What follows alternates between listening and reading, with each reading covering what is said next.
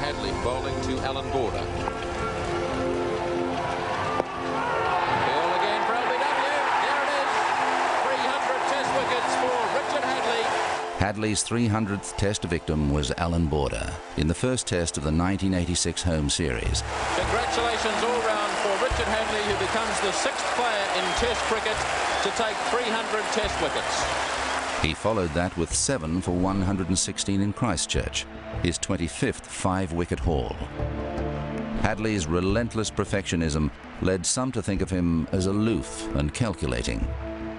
It really wasn't until I went to England in '78 actually to play county cricket, as I did for Nottinghamshire for 10 years, that really I honed in on my skills, my routines, my disciplines, in fact the professionalism.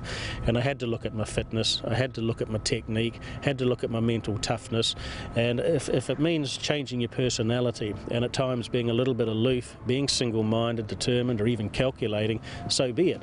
Because at the end of the day you're representing your country. There's a job to be done out there, and with a great deal of pride and satisfaction I made a number of sacrifices, and if I was criticised for that, well, so be it, but that to me was instrumental in some of the successes I was able to enjoy.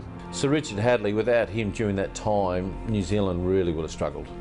God, he was a professional athlete, and I think through his efforts of playing cricket in England really helped him. For longevity, he's a smart guy, he's no dummy at all, and he knows technique, and he really in-depth thinking, and how do I get this guy out? How can I get the best out of myself?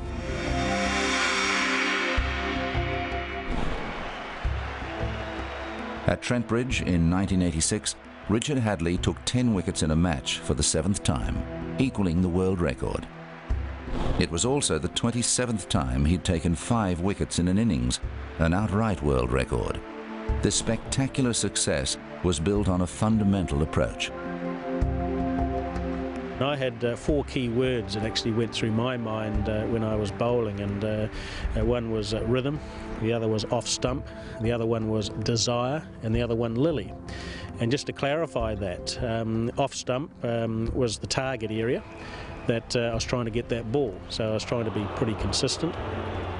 Rhythm, because I had to be relaxed. And if the body was stiff and tense, it wasn't going to perform and function. So I had to have this rhythm, so I had to be loose and relaxed. Desire, because the batsman's a problem. He's an obstacle. Got to be removed.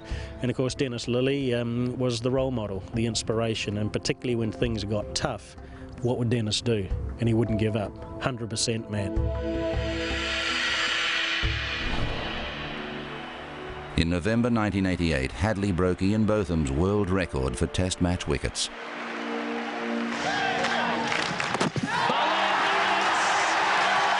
"15 months later, he became the first man to take 400 wickets.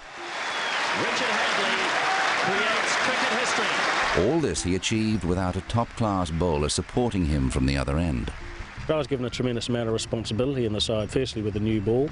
At the same time, I have a tremendous amount of respect and appreciation for what other team members did. Basically, I had the glamour role. I think anyone with a new ball, the expectations are quite high, but I had a lot of opportunity too to get out there and get wickets and try and turn matches. I was competitive, a little bit combative, a touch of arrogance too at times, but I was very calculating in what I was trying to do.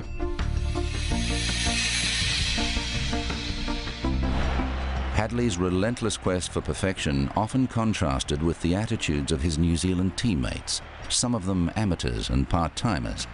We didn't play for money in the 70s. We played for the honour, the pride, the passion, all these common terms that are so important. But as time went on, I became a professional, and so attitudes and that change. And when I had the 10 years in Knots and coming back to play for New Zealand at home and go on tours, you know, I changed as a person. But at the same time, there were only 2 or 3 professionals in that environment.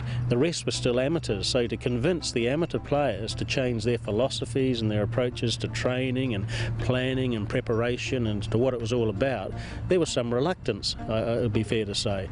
But in time, there was a turnaround, and we enjoyed some wonderful successes in the 80s, and it's fair to say we were a professional side, not necessarily monetary-wise, but the way that we planned and prepared. He's got it this time. So there we are, 3,000 runs for Richard Hadlee in Test cricket.